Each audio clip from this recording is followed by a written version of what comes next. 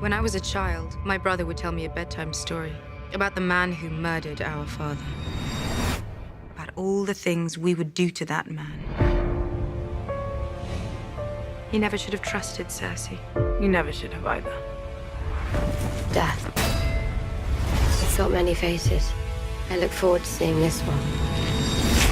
How long do we have?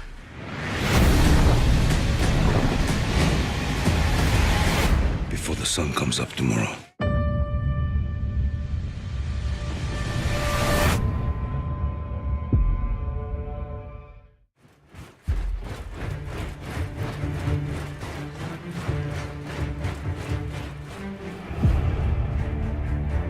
The kind of pomp and majesty of Dany's arrival, it just felt like the natural place to start the season. The arrival was a way to capture what was at stake for Dany and for Jon. Looking back to the very beginning and how young Maisie was back then and wearing the Stark soldier's helmet falling over her head, and she just looks like this little kid. And now she's a grown woman and she's there watching again, but this time she steps aside to let a little kid come in to watch because she remembers how thrilling it was. It's a whole new procession, and so instead of Robert arriving with Queen Cersei and Jaime Lannister and the Hound, it's Daenerys coming with Jon Snow. I don't think the North is the most welcoming place to outsiders. Dany's smart, she senses that distrust, and she's gonna make the best of a bad situation, but that doesn't mean that she likes it or she's happy. When you're doing something good for people and you get met with what Sansa gives her, and they meet in the courtyard, it's understandable that she would be upset. We've been with these characters on a pretty regular basis all the time for the past however many years. The fact that they're coming back together again for the first time means more to them than it may mean to us. The Lady of Winterfell has a nice ring to it. So does Hand of the Queen. Depending on the Queen, I suppose. I think that if Tyrion were to have shown up on his own to Winterfell, he would have gotten a much different reception from Sansa than he did coming as the Hand of the Queen, Daenerys Targaryen. There's also the specific thing that happens in that scene, which is Tyrion has told everybody that the Lannisters are coming to join the cause, and it's amazing to her that this person she thought was so smart would ever take Cersei at her word on something like that. I used to think you were the cleverest man alive. How did you survive a knife through the heart? I didn't. Jon Snow and Arya are two of the most important characters in the story, and they love each other very deeply. Arya was the only one who treated Jon like a real member of the family when he was a child, and he was the only one who treated her with the respect that she needed when she was a kid. Jon has invited this huge army of foreigners into their home, and Arya understands why he did it, but Arya's on Sansa's side. You're defending her. I'm defending our family. So is she. I'm her family too. Don't forget that. Blood is definitely thicker than water when it comes to Starks. Go on. I don't know how to ride a dragon. Nobody does, until they ride a dragon. No one's ever ridden a dragon except for Dany. Only Targaryens can ride dragons, and that should be a sign for Jon. Jon's not always the quickest on the uptick, but eventually he gets there. We wanted to kind of re-anchor their relationship. It seemed important for it to involve the dragons, since the dragons play such an important role. It's a major thing for her when she sees they have some kind of connection to him. They allow him to be around them.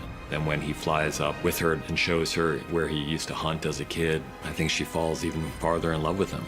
Seeing Jon and Dany on the dragons together, it's a Jon and Dany moment, but it also seeds in the idea that these creatures will accept Jon Snow as one of their riders. Don't be afraid.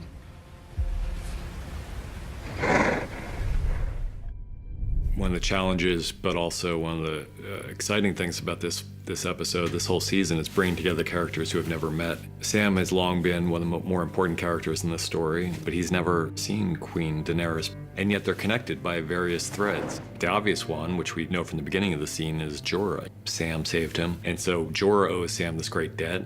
What none of them realize until midway through the scene is that they have another horrible connection. There are all these things that you know about those characters that the other characters don't know, and some of them are very important. Dany murdered Samwell's father and brother. That's a really complicated thing for Sam because he had a really fraught relationship with his father. You know, Sam's older brother was not a bad person and died really quite bravely, standing by his father's side. John Bradley did an excellent job. The difference between the way he takes the news of his father's death and the way he takes the news of his brother's death, it was a subtle thing that he does with very few words. It's the kind of thing that he could find out in a number of different ways, but it seemed like an effective preamble and way into that later moment. Daenerys. She executed my father and brother. Not executed men who disobeyed me. You've also spared men. Thousands of wildlings when they refused to kneel. I wasn't a king. But you were. The fact that John's real parents were who John's real parents were is not news to us at this point, but what we don't know is the way that John is going to take this. How's the explosion going to look? Sam, as a brother of the Night's Watch, and John are more brothers than Bran and John ever really were. He knows it's going to hurt John, and it's going to shatter his whole worldview. For all they know, the Army of the Dead could attack the next day, and someone has to tell John before that. He's being told something that he both knows is true and can't handle. So he tries to throw things in front of it to prevent him from having to deal with the truth of what he's being told. The thing he throws in front of it here is the fact that it means his father was lying to him his whole life. You've never been a bastard. You are true heir to the Iron Throne. The truth that Samwell tells John is probably the most incendiary fact in the entire world of the show.